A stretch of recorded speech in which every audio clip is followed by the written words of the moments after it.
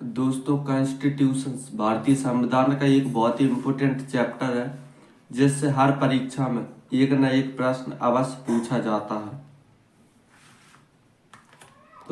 तो आइए आज हम उसी बारे में देखते हैं कि ऐसा कौन सा चैप्टर है। इसे पढ़ना तो बहुत आसान है परंतु समझना उतना ही मुश्किल।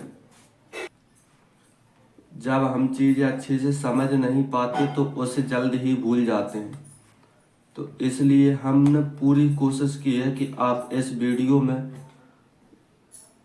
इस चैप्टर को पूरी तरीक़ा से समझ सकें और दोबारा कोई भी वीडियो आपको देखने की आवश्यकता नहीं पड़े। परंतु ये तभी समझ में आएगा जब आप वीडियो को लास्ट तक पूरी तरीक़ा से देखेंगे ध्यानपूर्वक। ठीक है, समझ गया। वीडियो शुरू करने से पहले और अगर तुम लोग नए हो तो सब्सक्राइब करो, वो जो लाल वाला बटन है उस पर फूट फेंक के मारो या फिर मोमबत्ती, मुझे नहीं पता, बस क्लिक हो जाना चाहिए। और संविधान के भाग 1 और भाग 2 को देखने के लिए हमारे चैनल पर दी गई प्लेलिस्ट संविधान के अनुच्छेद को चेक कर लें, एक बार जरूर देखें। जिसमें अभी तक जितने भी संविधान हो हैं भाग 1 और भाग 2 में उन सभी संविधान की व्याख्या की गई है तथा संविधान के बारे में भी जानकारी दी गई है। प्लेलिस्ट की लिंक आपको डिस्क्रिप्शन में मिल जाएगी। Let's start our video. तो आज हम देखते हैं भारतीय संविधान का भाग 3 जो कि है फंडामेंटल राइट्स यानी कि मौलिक अधिकार या मूल अधिकार, जो पर्सनल व्यक्तिगत होता है और ये सभी व्यक्तियों पर लागू होता है।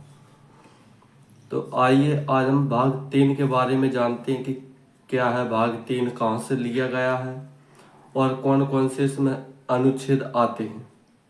भारतीय संविधान का भाग 3 हमें फंडामेंटल राइट्स देता है। It gives us fundamental rights means मौलिक अधिकार। ठीक है, समझ गया। It is taken from American constitution, यह अमेरिका की कॉन्स्टिट्यूशन से लिया गया था। This part is called Magna Carta, this is a French word and published by British. इसमें आर्टिकल 12 से 35 तक आर्टिकल होते हैं। आइए इसके कुछ इम्पोर्टेंट पॉइंट देखते हैं, जैसे कि फंडामेंटल राइट्स वो राइट्स होते हैं जिसे कोई भी छीन नहीं सकता, चाहे वो गवर्नमेंट हो या कोई भी व्यक्ति। परंतु लीगल राइट्स आपसे गवर्नमेंट छीन सकती है। लीगल यानी कानूनी अधिकार आपसे गवर्नमेंट छीन सकती है परंतु आपके मौलिक अधिकार नहीं। सेकंड पॉइंट देखते हैं, मगर ये कुछ समय के लिए टेम्परेरी सस्पेंड की जा सकती है कुछ इमरजेंसी इशू में, और वो भी सिर्फ प्रेसिडेंट कर सकता है। मजा नहीं आ रहा है। पॉइंट तीसरा देखते हैं, यदि कोई किसी के लिए नुकसानदायक है तो उससे उसके मौलिक अधिकार छीन लिए जाएंगे। अभी मजा आएगा ना भिड़ो। जैसे कि किसी व्यक्ति से उसके अगर मौलिक अधिकार छीन लिएगा तो हर एक प्रकार जेल की तरह उसका जीवन व्यतीत होता है, ना कहीं खुल के आ जा सकता है ना कहीं, सिर्फ एक जगह कैद रहता है। इसी तरह उसके मौलिक अधिकार छीने जा सकते हैं, मतलब कि सस्पेंड किए जा सकते हैं हमेशा के लिए, और वो भी होते हैं पार्लियामेंट द्वारा। यदि वह बार बार किसी व्यक्ति को नुकसान करे तो कई बार फंड मौलिक अधिकार कुछ आम व्यक्तियों भी छीनने की कोशिश करते हैं, परंतु उसका एक उपचार है कि आप हाई कोर्ट या सुप्रीम कोर्ट में जाकर आप अपनी बातचीत कर सकते हैं, वहाँ आप अपनी बात बता सकते हैं। अनुच्छेद 12 है राज्य की परिभाषा। यहाँ राज्य का मतलब हरियाणा मध्य प्रदेश नहीं है।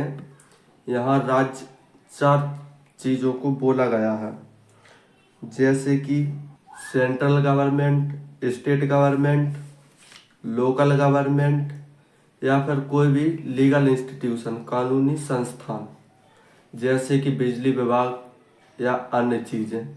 और प्राइवेट कंपनियां भी इसे अपनी कंपनी में अप्लाई कर सकती हैं।